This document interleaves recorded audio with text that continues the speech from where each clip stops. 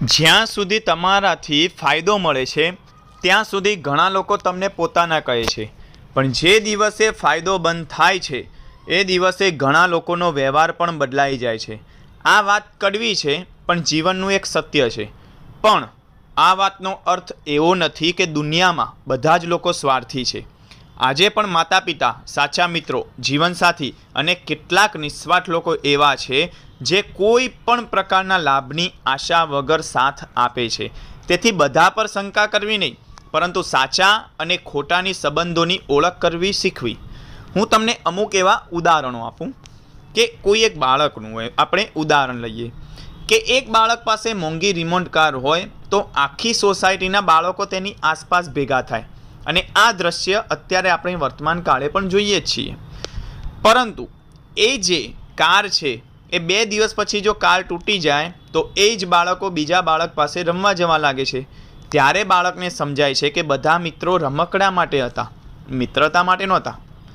બીજું છે કે વિદ્યાર્થીનું આપણે એક ઉદાહરણ લઈએ કે પરીક્ષા પહેલાં આખો ક્લાસ એક હોશિયાર વિદ્યાર્થીને ફોન કરે કે મને નોટ્સ મોકલજે, IMP મોકલજે, મને સારું જે પૂછાવા લાગતું હોય એવું મને મોકલજે, મને આ શીખવાડજે. એવું અત્યારે થતું જ હોય છે. પરંતુ જ્યારે પરીક્ષા પૂરી થઈ જાય પછી એ જ વિદ્યાર્થીને ઘણા લોકો યાદ પણ કરતા નથી. જરૂર પૂરી થઈ ગઈ એટલે સંબંધ પણ ઠંડો પડી ગયો. આનો મતલબ એવો નથી કે બધા મિત્રો એવા હોય છે, પરંતુ ઘણા અંશે એવા મળી રહેતા હોય છે. હવે હું નોકરીની વાત કરું કે ઓફિસમાં જ્યાં સુધી તમારી પાસે સત્તા હોય લોકો તમને સર કહીને બોલાવે, અને નિવૃત્તિ પછી એ જ લોકોમાંથી ઘણા લોકો ફોન પણ નથી કરતા.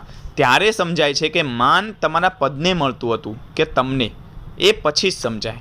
હું તમને એક વેપારની વાત કરું કે ધંધો સારો ચાલતો હોય ત્યારે રોજ મુલાકાતીઓ આવે, પરંતુ જ્યારે નુકસાન થાય ત્યારે ઘણા લોકો રસ્તો બદલી દે છે. અત્યારે થતું જ હોય છે કે કોઈ એવો વ્યક્તિ હોય જે ધંધામાં હોશિયાર હોય તો લોકો એની સલાહ લેવા આવે કે મને આમ શીખવાડ, અને એ બિચારો જે હોય છે વ્યક્તિ એ સહજતાથી શીખવાડે પણ છે, પરંતુ નસીબનું કાઠું હોય તો એ વ્યક્તિ જ્યારે સામેવાળો જે વ્યક્તિ જેને શીખવાડ્યું હોય એ જો આગળ વધી જાય તો કોણ શીખવાડવાળો હતો એને પણ તે પૂછતો નથી.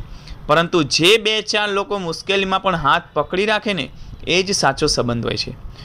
ઘણા લોકો સુખમાં સાથે ફોટા પડાવે છે, પાર્ટી કરે છે, પરંતુ હોસ્પિટલમાં એક રાત તમારી સાથે જાગવા માટે કેટલા લોકો આવે છે? એ જ સાચા સંબંધોની કસોટી છે. સત્ય ઘટના પણ હશે કે ધીરુભાઈ અંબાણી શરૂઆતમાં તેમને સંઘર્ષમાં જોઈએ તો બહુ જ લોકો તેમની સાથે ઓછા હતા. કોઈ એમની સાથે આમ સંઘર્ષમાં મદદ કરે એવું કોઈ વ્યક્તિ નહોતું, પરંતુ સફળતા મળ્યા પછી તેમની આસપાસ લોકોની ભીડ થવા લાગે છે. એટલે આના ઉપરથી ખબર પડે છે કે સફળતા જ ઘણા લોકોને આકર્ષે છે, પરંતુ સંઘર્ષના દિવસોમાં સાથ આપનારા લોકો જ ખરેખર કિંમતી હોય છે.